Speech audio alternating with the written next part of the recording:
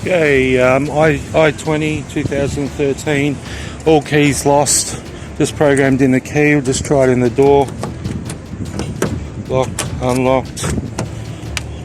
Try it in the ignition. Might just disconnect the programmer, turn that off, take that out.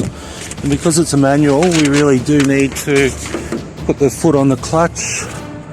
So we'll just put this back together. Done.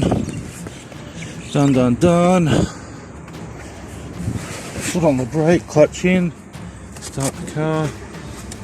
There we have it. All keys lost, just make sure it's out of gear. And it is. Okay, let's just shut the door and lock it. Yep, it's locked. Unlocked. Beautiful. One final test, clear the ignition. All done. Thanks for watching.